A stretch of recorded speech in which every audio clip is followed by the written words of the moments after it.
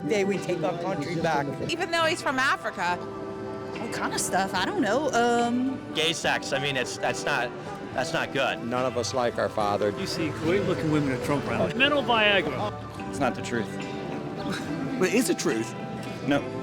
But all the other countries are still, not that they're pieces of shit, but... We don't talk to each other anymore.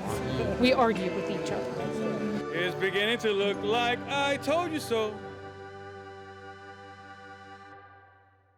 So we've come to downtown DC, to the Capital One Arena, catchy name, where later today Donald Trump will be holding his kind of pre-inauguration victory lap, really, his pre-inauguration rally where the MAGA faithful will come. And as a result of the cold weather, the so-called polar vortex, this is probably like the only chance that the MAGA faithful who have decamped to Washington from all over the country, they pay thousands and thousands and thousands of dollars in some cases to bring the whole family, big MAGA event. It might be the only chance they actually get to see the great man in the flesh. And as a result, people who are watching this can see the line, the queue just goes on, and it goes on, and it goes on, and it goes on. It speaks to exactly what Washington feels like at the moment, which is just an absolute MAGA carnival. No, your country, you don't have freedom of speech. We don't have freedom of speech. Why'd you say that? You guys are locking people up for posts on Facebook. Come on. No, we're not. Where have you heard that? You guys were like the older brothers from the UK. You guys have lost your minds. Where have you heard that? It's all over. It's all over social media. If you're not hearing it, then you're not in a good news organization. Have you heard anything else about the UK recently? A lot of Hollywood actors are moving there. Take them from us, please. Any ones in particular you'd like to get rid of? Every one of those liberal assholes can come to the UK. Please get on a But you know, plane. we're not locking people up. I mean, that's that. Some people may have committed certain violations. Tiny number of people have freedom of speech law. Yeah. But that's tiny numbers. No, well, not some of the not some of the things that I'm seeing. You're not talking about kids, people that are screwing around with kids. What, in Britain? Look, all I know is about America, and we're taking this country back. Tomorrow's the day we take our country back. I say that in England, in the United Kingdom, we need MUKGA, make United Kingdom great again. But MAGA. But Trump. Oh, yeah, I mean, Trump's ally, Elon Musk. He's been telling lies about our country, about the UK, for weeks now. No, I don't think he's been telling lies. I think he's presenting the side of the coin that a large majority of the population wants to speak about, but is too afraid to speak about. He said that Keir Starmer had been complicit in the rape of Britain. That's a lie. Well, it's up to Elon Musk to prove it, and if he can prove it... He can't. Well, we don't know that. Time will tell, wouldn't it? He called Jess Phillips a child genocide apologist. That's a lie. But as publicly elected representatives, surely there is a duty, or at least an ethical duty, to corner that, to counter that argument. Yeah, but he's got 200 million followers and he's the world's richest man and one of the world's most powerful men. And he's telling lies about our country. All I'd say to that is he's not the richest man in the world by accident, is he? What, so that gives him the right to tell lies about our country, that gives him the hundreds right of millions of people believe? That gives him the right to speak up. It's just unbelievable that Americans can think with their feelings and not their heads. Does it worry you that Trump still doesn't accept the result of the 2020 election? No, because we have to get past all of that. Honestly, we need to let go of the past and work on the future. I love Elon Musk. Do you? What do you love about Elon? Well, he is actually, even though he's from Africa, he is the American spirit. The numbers are astonishing. I mean, like, it remains, this whole thing, an absolute cultural, political phenomenon, the likes of which I don't think we've seen. I mean, it's not like MAGAism is even new. It's been around basically for 10 years now, and yet it still has this thrall, this pull. Hey, how you doing? You all right? We're from the UK. How are you doing? Oh, great.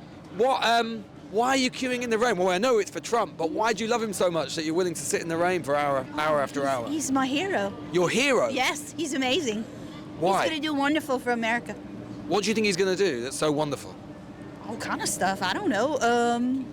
the evil's gone and we're bringing in good. Children's bodies won't be mutilated in the United States, and we're going to protect children, born and unborn. And I just think we're going to see an incredible thing, not only on the moral issue, but on our social issues. What about the kids? What about the kids whose parents are going to get deported because they haven't got papers?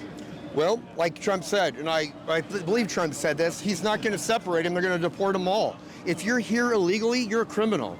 There's legal. My family immigrated to the United States. Yeah. I'm like, what, second generation, maybe third? But some of those people have been here for many, many years, haven't they? They've got kids here who are US citizens. But you can't continue to be a criminal. Then get right. Go to the government, apply, and go through the due process. It's not always that easy, though, is it? Life isn't easy, but you got to do what's right. And sometimes it's hard to do what's right. It's a really interesting thing about Trump at the moment, right? How many younger people he's appealing to. Yes. Which is quite a new thing. Why do you think that is? Well, because we're the ones dealing with all the shit. We're tired of all the weird gay stuff going on in the schools, the pride clubs taking over and stuff. What's the weird gay stuff going on in schools? Pride club. There's a lot of these pride clubs in these schools where they care only about sexual identity and stuff, and we don't care about that stuff, obviously. Nothing wrong with teaching kids it's okay to be gay, though, is there? Well, why should kids be taught to be gay? I mean, really? No, but it's okay to be gay. Well, I'm not saying it isn't, but I'm saying why should we teach kids that? Well, because it's an inclusive and inclusive part of the culture. To kids? Some of those kids will be gay, so it's good that they know, How do you know that they will be okay. Well, because gay people have always existed, and they always will. It's more about sex. Why would you teach kids about sex? Even though it's gay sex, I mean, that's not good. But depending on the age, it's good to teach them that they can be whoever they want to be, that whoever they're born to be, isn't it? Okay, but this is about sexual identity, is it not? Yeah. So why are you teaching them about sexual identity when they're kids? But because those kids will have sexual identities, and you can do it in a mature way, and you can do it in a way that's appropriate for their age. But it's okay that they'll be gay, isn't it? Yeah, I didn't say it wasn't okay, but we shouldn't be teaching them that. We shouldn't be bringing up sex around the kids. When we lost in 2020, it was fixed. You think it was fixed? Absolutely. Yes, I do. I think. Oh my God. It's not popular to say that, but we all believe that. The techie people. You all believe it. Yes, you we all do. believe it. We do. The techie people. There's no evidence for it, though, madam. I mean, there have been multiple inquiries. You really think? But don't they show you and they tell you what they want you to hear? In which case, if it was fixed in 2020 when the Democrats were out of office, why wouldn't they have fixed it in 2024 when they were in office and had the power to do so? We were on to them. Yes, we know what they're doing. Then they were under the microscope. Isn't it possible that Joe Biden just won and Donald Trump won this time? No, it's not possible that Joe Biden won. No. Yeah. Are you married or single? Huh? Are you married or single? I'm married. You see great-looking women at Trump rallies. Some great Texas girls. You met some great Texas girls, right? Okay. I mean, if you see them around, you'll see them around. Oh, great. Well, we'll keep an eye out. It's called mental Viagra. Mental Viagra. Well, we'll keep an eye out, sir. Thank you. So Trump took a bullet for us. Us standing out here, been six hours so far. This 6 hours? Yep. Trump's lost billions of dollars. He could be sitting home watching TV. This is nothing. It's cold, it's raining. He's made loads of money from Truth Social and all that. He's made loads. He was worth billions of dollars. She's lost billions of dollars. Oh, his net worth's gone up over the last few years, actually. Incorrect. That's Oh, incorrect. no, That's honestly, fake it's news. correct. No, it's not fake news. Well, surely that would be good. You would admire the fact his net worth's gone up. Well, yeah, I would like that. Right. I would, but it's not the truth. But it is the truth. No. Why do you think the world and the nation is under threat? What are they under threat from that Trump can save? If you think back to Vietnam and all that, all the other countries are still, not that they're pieces of shit, but they don't amount to much. And look how far we've came and how far back they still are. Yeah. Maybe he can equal the playing field a little bit and bring all the countries closer together. Oh, so you think he can help the world, not just America? Absolutely. Absolutely. Love brings people together. And you think Donald Trump is a figure of love? Love, peace, kindness. He's not always known as being terribly kind, is he? He's got an acid tongue. None of us like our father, do we? But when we get older, we realize and appreciate what they've done for us. There was a lot of sort of discourse online about the event, the inauguration moving inside, and suggesting that it's because there aren't enough people in Washington and the crowd size will be too small. Believe me, it's not that. It's absolutely full Washington right now of the MAGA faithful. They are so happy, they're joyous. And I know from a liberal point of view, that might be hard to accept, and you'll probably be angry with me for describing them that way because you're not feeling joyous. Well, but they are. I mean, it's a key part of the movement. It's a key part, that camaraderie, that sense of togetherness and happiness and subversiveness, as I say, kind of keeps them coming. But my big question away, look, this was always going to happen.